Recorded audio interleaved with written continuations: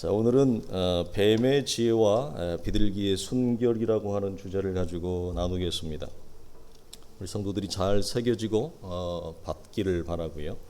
자, 10장은 복음을 알게 된 성도가 이 세상에서 복음 전도자의 삶을 어떻게 살아갈 것인가를 전체적으로 포괄적으로 통합적으로 다루고 있는 장입니다. 복음을 소유한 성도는 어떤 형태로든지 복음을 전하게 되어 있어요. 함구할 수 없습니다. 사마리아 여인이 그랬죠. 복음의 빛은 우리를 통해 드러나지 아니할 수 없고 감출 수 없기 때문이다. 그 여정 중에 오늘 메시지의 촉발이 되어지는 14절 15절 말씀을 보면 제자들과 제자들이 전달하는 하나님의 메시지를 거절하는 사람들이 있다는 것에서부터 출발을 하게 됩니다. 오늘 본문도 보게 되어지면 역시 우리가 발견하는 것, 복음을 담아내는 이원화된 구조라고 우리가 설명을 했습니다. 양과 이리가 대조가 되어지고 또 뱀과 비둘기 그리고 지혜와 순결이라고 하는 양자의 구조가 대조되어지고 있죠. 그걸 주님은 또 동원하시고 있어요. 그 우리가 먼저 보아야 할 것입니다.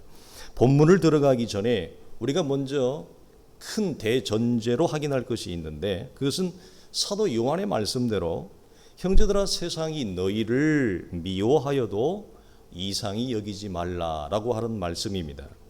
우리가 복음을 전할 때 환영보다는 적극적인 거절과 반대가 있을 것을 우리는 미리 예상하셔야 됩니다. 미리 아셔야 합니다.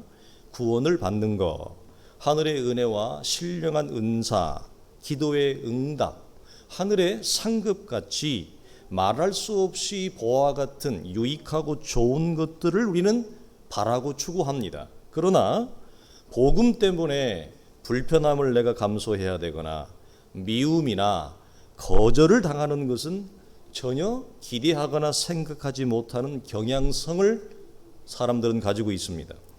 자녀가 되는 권세와 이 땅에서 하나님의 자녀임으로 겸하여 받는 미움과 핍박을 성경은 많은 곳에서 우리에게 계시하고 있음에도 불구하고 그것을 우리가 놓친다는 것이죠. 현대 성도들은 예수를 믿음으로 주어지는 신령한 유익한 것, 복된 것들은 소망합니다. 그리고 추구합니다.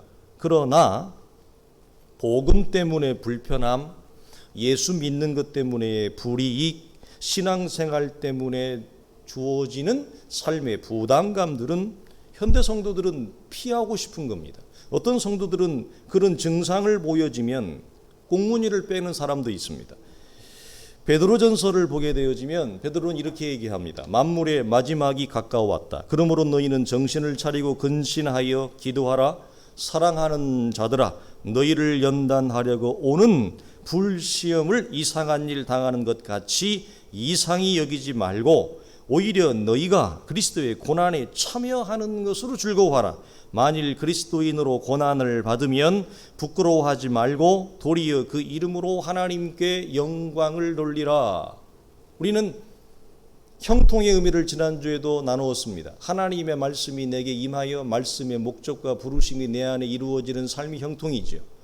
우리는 그것을 인하여 기뻐하며 즐거워합니다만 또 하나의 하나님의 부르심의 영적인 확인법이 뭐냐? 나를 통해 복음 때문에 내가 고난의 자리에 서 있을 때, 복음으로 인해서 내가 인생의 불편함과 인생의 불이익을 내가 감내하는 자리에 있을 때 우리는 또 한 번 역설적으로 확인을 하게 되어집니다. 자, 본문으로 돌아오게 되어지면 어느 정도로 우리가 환영받지 못하는가? 17절 공회와 회당에서 박해를 반합니다. 공회와 회당이라고 하는 것은 이스라엘 지역 사회에서 매우 친근한 것이죠. 공회는 우리식으로 얘기하면 지방 법원 같은 것들이고 회당은 우리식으로 얘기하면 지역 공동체와 같은 것들인데 지방 법원을 통해서 회당하에 우리가 제자들이 그 안에서 거절을 당한다. 21절은 좀 충격적입니다. 왜 그렇습니까? 심지어 가족마저도 가족의 배반과 고발을 얘기합니다. 자녀가 부모가 자녀를 안팎에서의 공격을 우리가 받는다라고 하는 거예요. 그러면 왜 예수를 믿는데 우리가 가지고 있는 복음 진리가 무엇이기에 이렇게 심지어 가족까지도 환영하지 않는 거라고 하는 것입니다. 요한복음 3장을 보면 사도는 이렇게 얘기합니다. 사람들이 빛보다 무엇을 더 좋아하기 때문이라?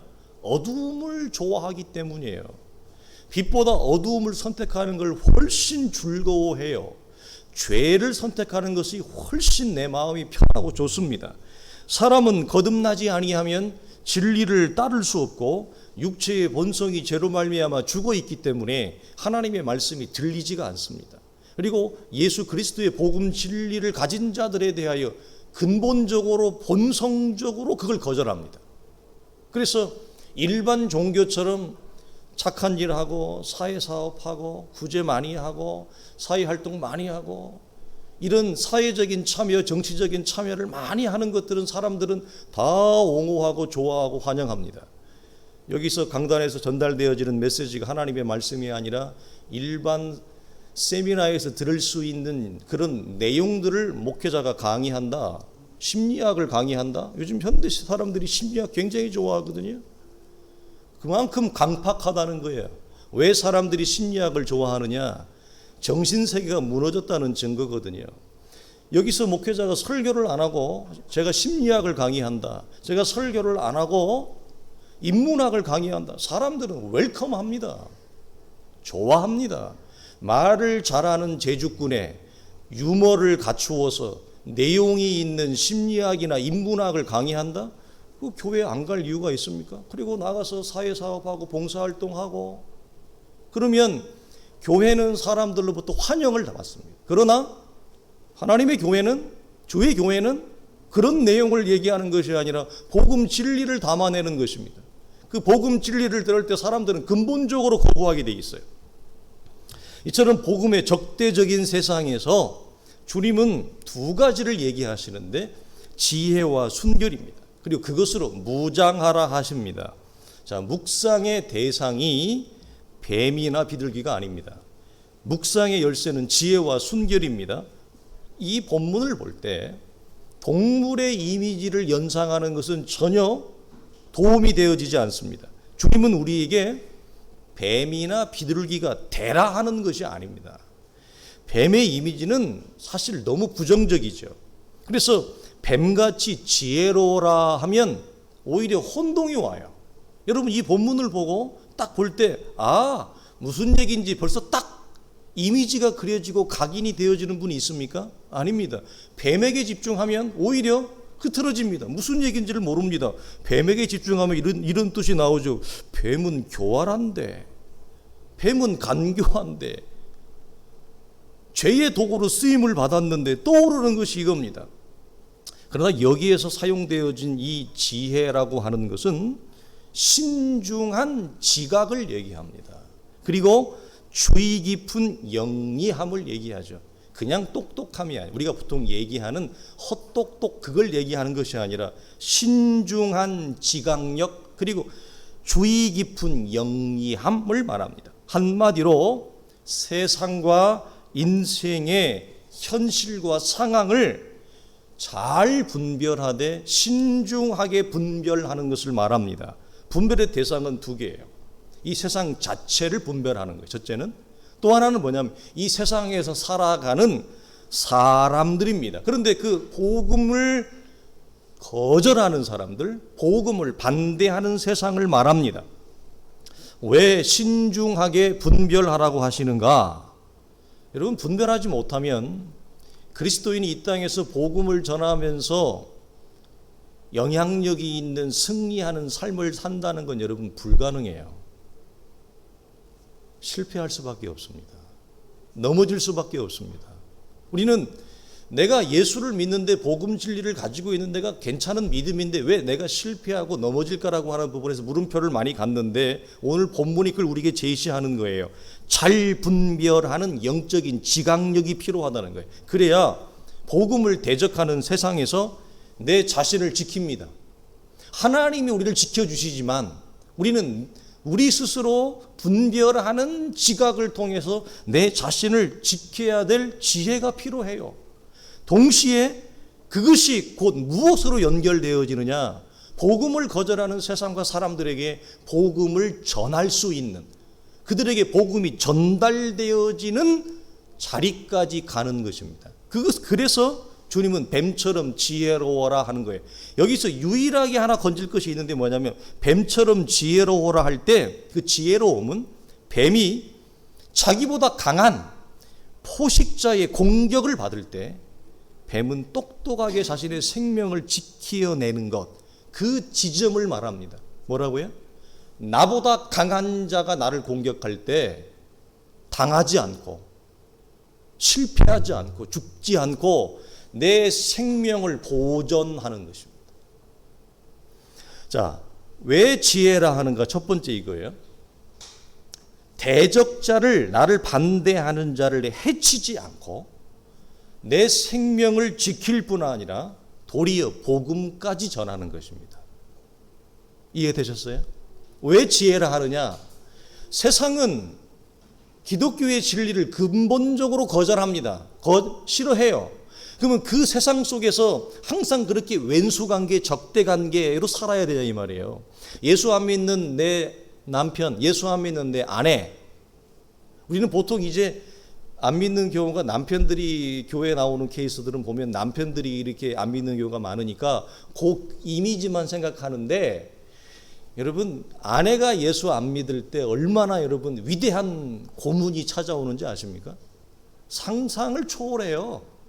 우리는 항상 타겟을 남자에게만 해가지고 남자가 뭐 큰 죄인인 것처럼 생각하는데, 여러분 반대로 복음이 들어가지 아니하면 남자든지 여자든지 관계하지 않습니다. 복음이 있지 아니하는 아내가 예수 믿는 남편을 온갖 종류를 동원해서 핍박하는 걸 여러분 본 적이 있어요?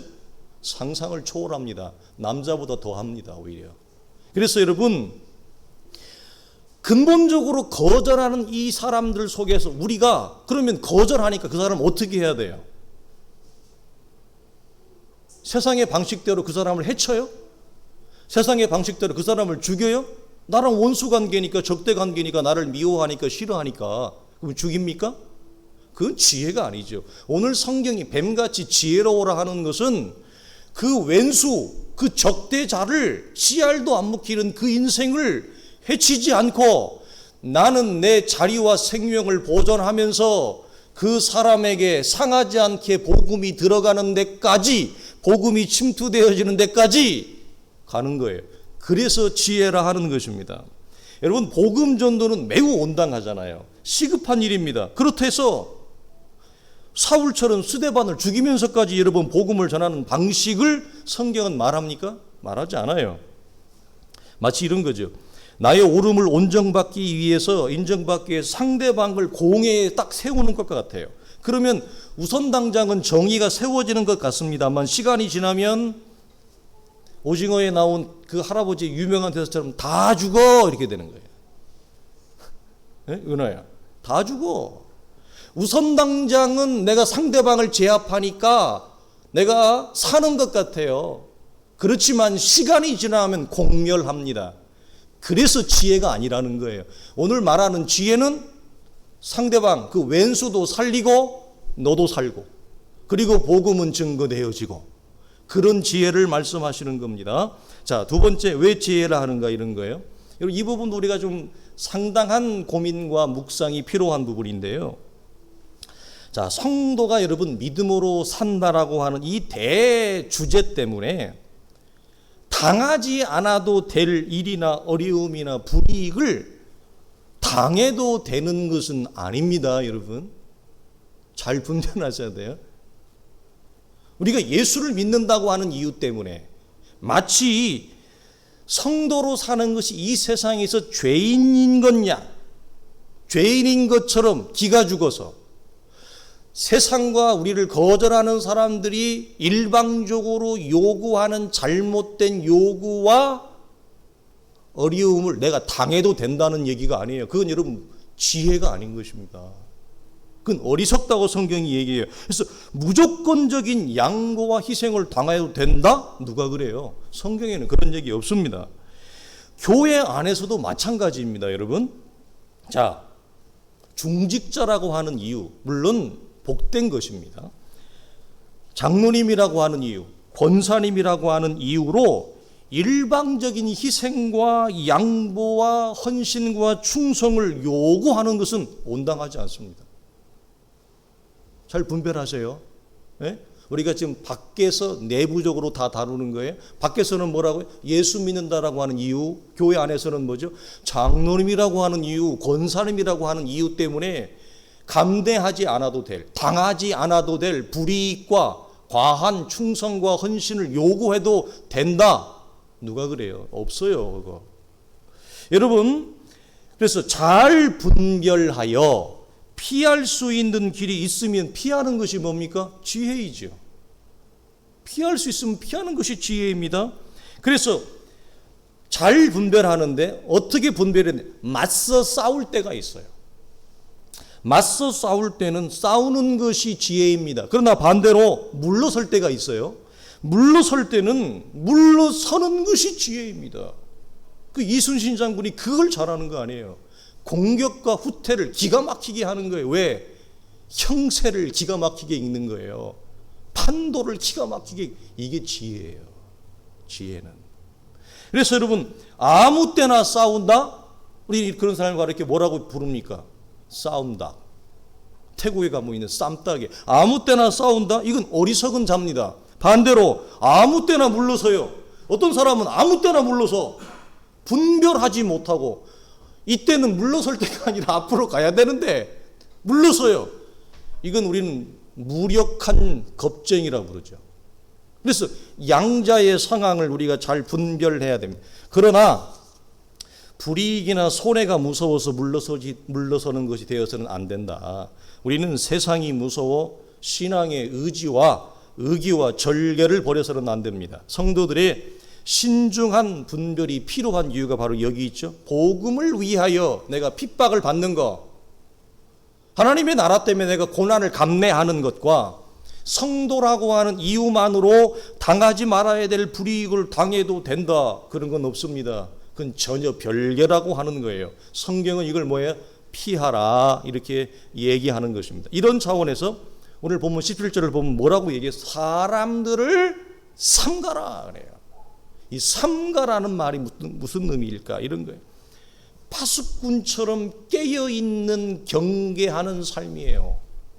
뭐라고요? 파수꾼처럼 깨어있는 경계하는 삶. 즉 뭐죠? 깨어있는 삶이에요. 이 삼가라고 하는 말이. 근데 뭘 깨어있느냐 이런 거예요. 지난주 말씀하고 연결되어지는데, 복음의 가치를 알고 받아들이는 합당한 사람을 신뢰하는 것과, 또 하나 복음을 거절하고 반대하는 사람을 구별하는 양자가 사람들을 뭐 하는 거예요? 삼가는 거예요. 이해됐었어요? 양자를 구별하여 신뢰할 사람과 그러지 아니할 사람을, 경계할 사람을 구별하는 거, 무조건 다 그냥 뭐 마음이 좋아서 받아들인다? 성경은 그렇게 얘기하고 있지 않습니다. 23절에 보면 이 동네에서 핍박을 받거든 저 동네로 피하라 해요. 좀 겁쟁이 아닙니까? 왜 피해요? 근데 성경은 피하라는 말을 써요.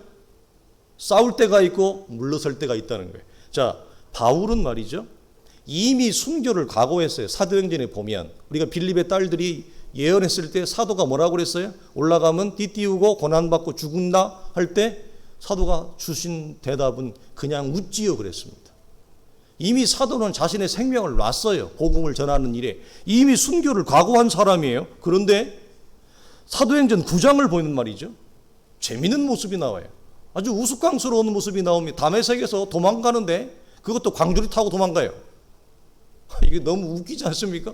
앞에서는 멋지게 내가 죽겠다 그러더니 갑자기 사도행전 9장에 가면 다메섹에서 성벽에서 광주리 타고 도망가요. 자, 사도행전 14장을 가도 마찬가지인데 루스드라에서 더베로 피신합니다. 자, 끝까지 복음 전하다가 순교하지 왜 피신합니까? 겁쟁이처럼. 왜 주님은 복음을 거절하는 동네에 머물지 않았습니까? 왜 주님은 복음을 거절하는 사람들에게 끝까지 복음을 전하지 않고 이 동네에서 다른 동네로 가셨습니까? 지혜인 것입니다. 자, 누가복음 12장을 보면요, 재미있는 예가 나오는데 불의한 청지기가 나와요. 그런데 그 불의한 청지기를 향하여 이 얘기를 하는데요, 주인이 이 옳지 않은 청지기가 이를 지혜 있게 하였으므로 칭찬하였다. 이 세대의 아들들이 자기 시대에 있어서는 빛의 아들들보다 더 지혜롭다 그랬는데, 이 언뜻 이해가 안 되는 본문이에요. 아마 물어보면 대부분 모를 거예요. 그런데 오늘 본문과 누가복음 16장에 나오는 이 지혜가 똑같은 단어예요. 속뜻까지 똑같아요. 겉에 문자적인 의미만 똑같은 것이 아니라 속뜻까지 똑같아요. 여러분, 놀라운 것은 이렇게 불의함에도 불구하고 이 사람이 칭찬받는 이유가 뭘까요? 왜 주님은 이 그림을 여러분 굉장히 받아들일 수 없는 이 그림을 가져왔을까? 첫 번째 이겁니다. 이 사람은요, 자신이 처한 상황, 두 번째, 그 다음에 다가올 상황을 뭐해요? 보고 있어요. 보고 있다는 말이 무슨 말이에요? 신중하게 분별하고 있어요, 이 사람이. 우리가 기도하면서 나누었지만 이 시대를 지금 보십시오. 우리가 예전에 들었던 그런 것들이 이제 우리의 눈앞에 왔어요. 주님이 말씀하시죠. 너희는 하늘을 보면서 날씨는 분별하면서도 시대의 표적은 분별하지 못하느냐? 이 시대를 향하신 하나님의 손이 어떻게 움직이는지, 왜 이 나라 이민족이 선교사들에 의해서 복음이 전달되어져서 어쨌든 그런 성장을 했다가 이런 초토화되어지는 상황을 맞이하는지, 왜 한국 교회가 이렇게 무너져가는지, 더 무너질 것입니다, 여러분. 지금보다 더 무너질 것입니다. 들어오는 사람은 없고 이미 세워진 교회는 무너질 것입니다. 그리고 진짜만 남을 것입니다. 구루터기만 남는다 이 말이에요. 이사야, 에레미야가 얘기한 것처럼.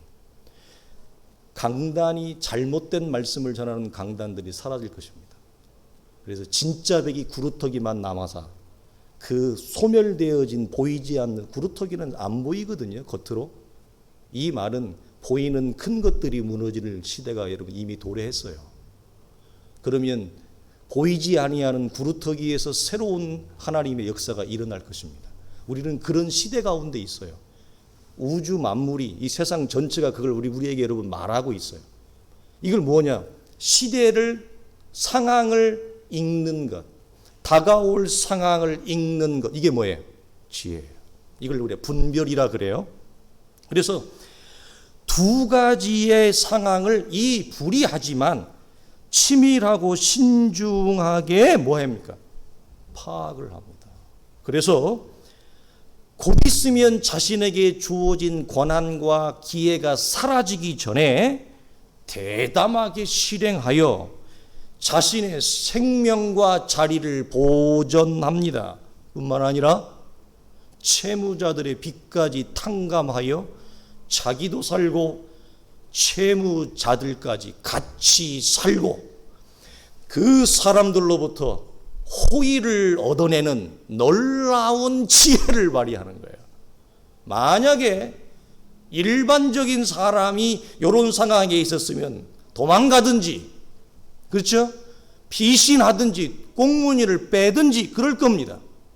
그러나 이 사람은 꽁무니를 빼는 게 아니라, 도망가는 게 아니라 작금의 상황과 다가올 형세를 분별하고 파악하여 여기서 자신의 생명과 자리를 지켜낼 뿐만 아니라 채무자들의 빚까지 탕감하여 그들의 마음을 얻어내는 기발한 똑똑함, 영리함을 발휘해 주님이 와서 딱 보고 이 세대의 아들들이 얼마나 지혜로운지, 빛의 아들들보다 더 지혜롭다.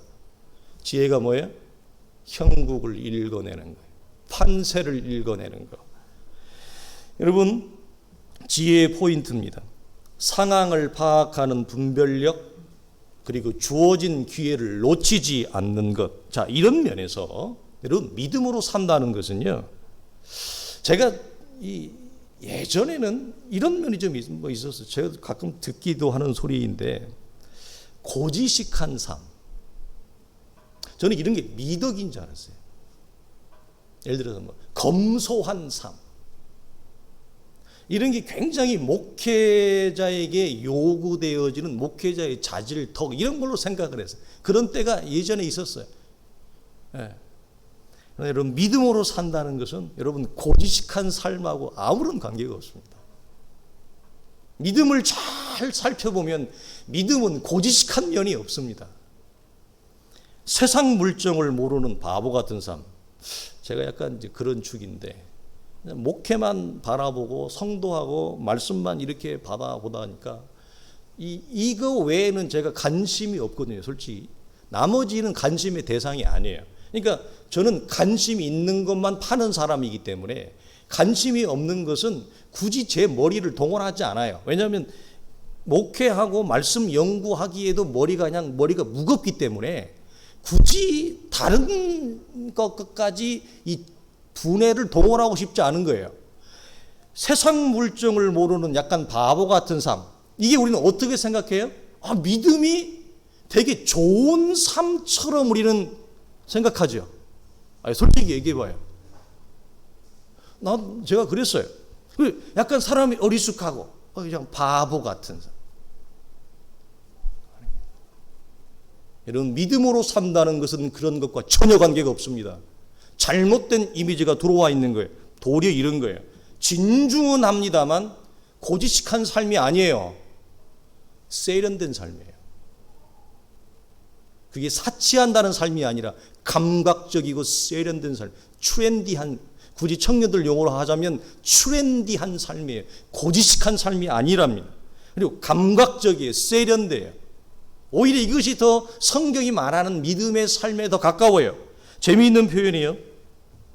자, 호세아 7장 8절 이하를 보면요. 에브라임을 어리석은 비둘기라고 지칭합니다. 그리고 어리석은 에브라임을 이렇게도 표현해 뒤집지 않은 전병으로 비유하기도 하는데요. 여러분 전병은 우리가 잘 알듯이 지금도 우리가 TV를 통해서 봅니다만 화덕에 굽지 않습니까? 화덕에 딱 달라붙어 가지고 굽는데 뒤집지 않는 거예요. 여러분 전병은 양쪽을 다 뒤집어야 먹을 수 있거든요.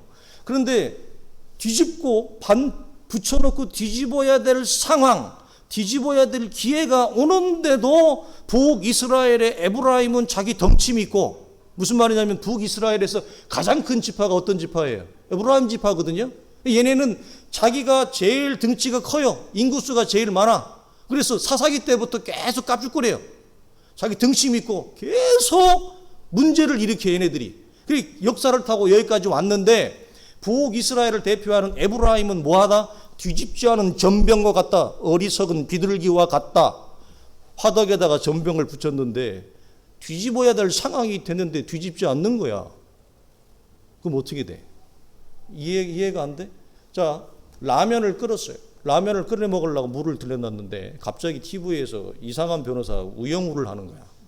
우영우 쳐다보니라고 어떤 상황을 놓쳤어요? 물이 끓어서 라면을 집어내야 될 상황과 기회를 놓쳐버렸어요. 똑같은 거예요.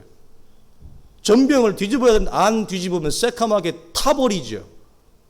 그들은 두 가지를 놓쳤습니다. 뒤집어야 될, 뒤집힐 상황과 때와 기회를 놓친 거예요. 그 때와 기회를 놓친 것이 무엇입니까? 하나님의 심판이 이미 북이스라엘 가운데 임했는데 하나님의 심판이 임했는지 징계가 임했는지 도끼가 이미 나무 뿌리에 찍혔는지조차도 읽지를 못한다. 상황을 파악하지 못한다. 그래서 무엇을 놓친다? 돌이킬 기회, 전병을 뒤집을 기회를 놓쳐버리는 거예요. 그래서 그들이 신봉했고 그들의 눈에 보였던 아수르에게 패망을 당해버리는 것입니다. 이걸 성경은 뭐라고 한다? 어리석다. 지혜롭지 못하다. 이렇게 얘기하고 있는 것입니다. 하나님을 향하여 뒤집을 상황과 기회를 놓치고 마는 것. 우리가 구약 성경을 보면 특별히 전도서를 보게 되어지거나 시가서를 보게 되어지면 어리석다라고 하는 단어가 종종 반복적으로 많이 나옵니다. 어떤 의미일까? 이런 겁니다. 어리석다라고 하는 것은 단순히 이렇게 수학 문제를 못 풀고 책을 읽었는데 이해력이 떨어지고 이런 걸 얘기하는 게 아니에요. 요즘에 그걸 신설한다면서요. 학교에서 그 과목을 신설한다고 그래요. 그 얘기가 옛날부터 나왔던 얘기인데 아이들이 책을 읽는데 문자는 읽는데 도대체 이 의미가 무슨 의미인지를 모르는 애들이 너무 많아졌대. 이게 디지털 세대의 큰 폐해입니다. 영상만 보고 자란 아이들이 문자를 읽는데 이게 무슨 의미인가를 몰라요. 그래가지고 독해가 아니라 그걸 무슨 역이라고 내가 들었는데 그 과목을 신설한답니다. 학교에서.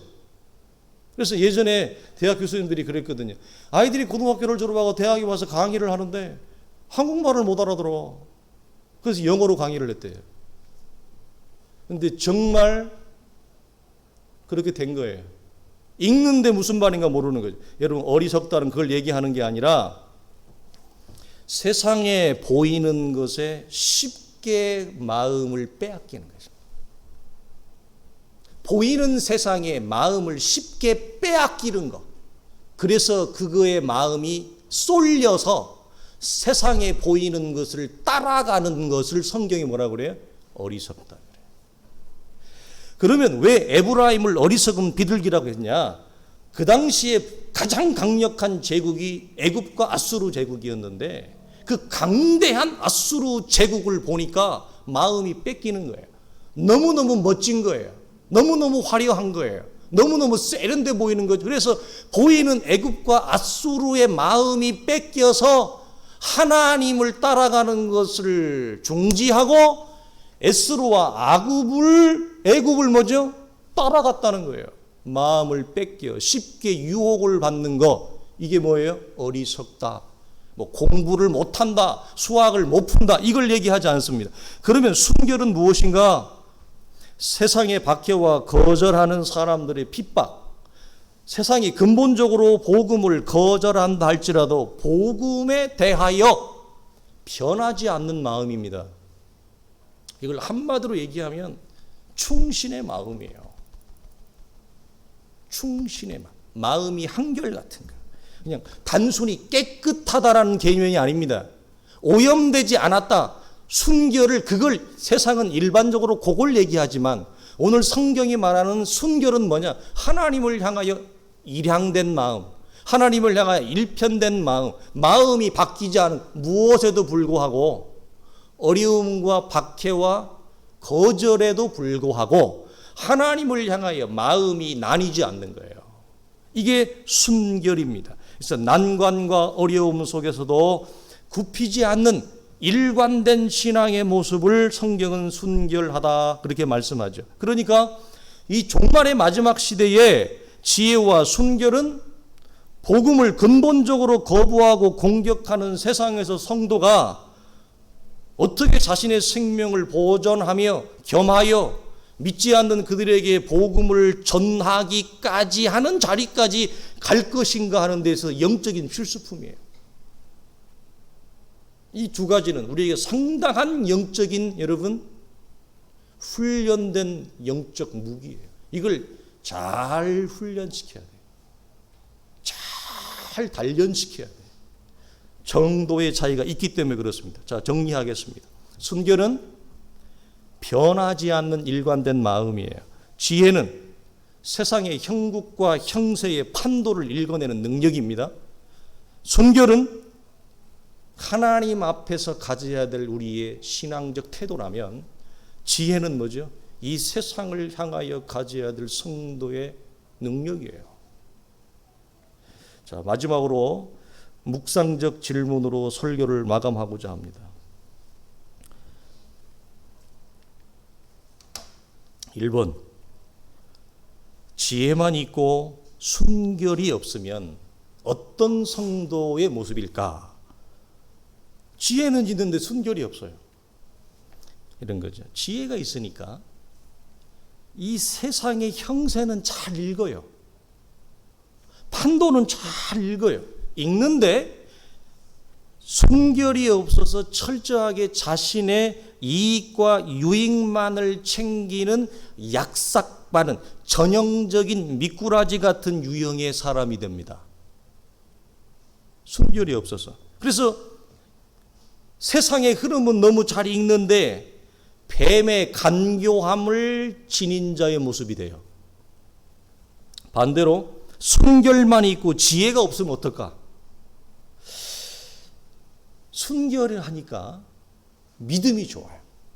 다른 말로 하면 사람이 너무 좋아요. 사람이 너무 착해요. 순수해요. 그런데 지혜가 없어서 대화를 하면 대화가 잘 안 돼요. 소통이 잘 안 돼요. 그리고 고지식하고 결정적으로 우리 여집사님들이 싫어하는 거 무능력합니다. 자, 이걸 우리가 비벼가지고 쌈밥으로 만들어서 물어볼게요. 자, 남편이 있는데 남편이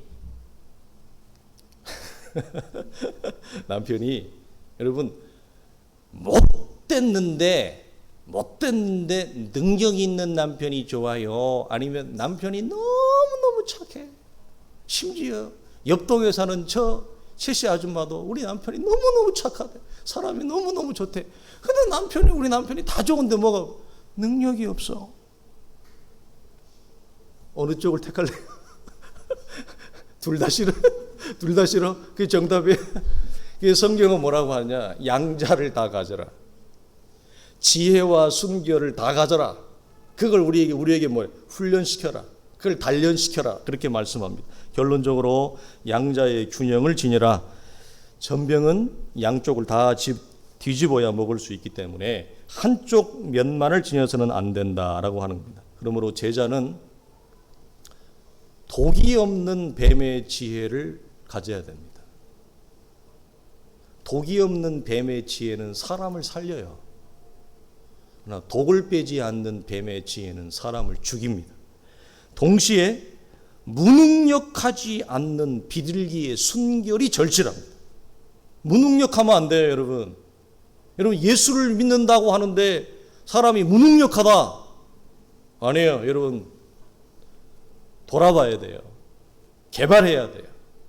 공부해야 되고 연구해야 되고 내가 어디에 실력이 내가 채워지지 않았는지 항상 그냥 믿음이 좋으니까 믿음으로 그걸 여러분 무능력한 거를 메꾸려고 하지 마시고 믿음이 좋으니까 내 무능력을 발견하면 무능력을 개발하고 무능력을 채워서 능력으로 바꿔야죠. 이런 것도 우리에게 필요하다고 하는 것입니다. 왜 그렇습니까? 사도가 이렇게 말합니다. 그러므로 하나님의 전신갑주를 취하라. 이는 악한 날에 너희가 능히 대적하고 모든 일을 행한 후에 실패가 아니라 넘어지는 것이 아니라 서기 위함이라 그래요. 에베소서 6장의 마지막에 우리가 이 모든 일을 행하고 난 이후에 내가 하나님 앞에 서기 위함이라. 여러분 스치하죠. 그러려면 이 양자의 지혜와 순결이 우리 속에 필요하다는 것을 우리가 인식하고 받아들이고 그것들을 우리가 하나님 안에서 주 안에서 우리가 잘 연단시키는 지혜가 우리에게 필요한 것입니다. 그래서 사랑하는 성도들이 하나님의 교회와 우리 신앙의 삶을 복되게 경영할 수 있기를 주의 이름으로 간절히 축원합니다. 기도하겠습니다. 하나님 아버지 감사합니다. 뱀처럼 지혜로워라. 비둘기처럼 순결하라. 아버지 하나님, 우리 안에 지혜와 순결이 부족함을 하나님 앞에 고백합니다. 아버지 하나님, 이것이 우리에게 필요함에도 불구하고 아버지 예수를 지혜롭게 믿어야 되는데 어리석게 믿은 적이 많습니다. 아버지 하나님, 우리의 마음이 하나님 앞에 충신의 마음으로 믿음을 걸어야 되지만 우리의 마음이 나뉘어질 때가 얼마나 많았는지, 아버지 하나님의 충신이 아니라 간신처럼 예수를 믿으려고 하는 이 유혹이 우리 안에 얼마나 많았는지를 아버지 앞에 고백합니다. 주여 우리에게 은혜를 베풀어 주시어서 간신의 마음에서 충신으로 변화되어지게 하시고 하나님 무능력한 자에서 능력 있는 자가 되게 하시고 무지한 자가 아니라 지혜로운 자가 되어 우리의 삶과 하나님의 교회를 섬기고 이 모든 일을 행한 후에 우리가 하나님 앞에 서는 자들이 되어줄 수 있도록 사랑하는 성도들을 축복하여 주시옵소서. 우리 주 예수 그리스도의 이름으로 간절히 기도하옵나이다. 아멘.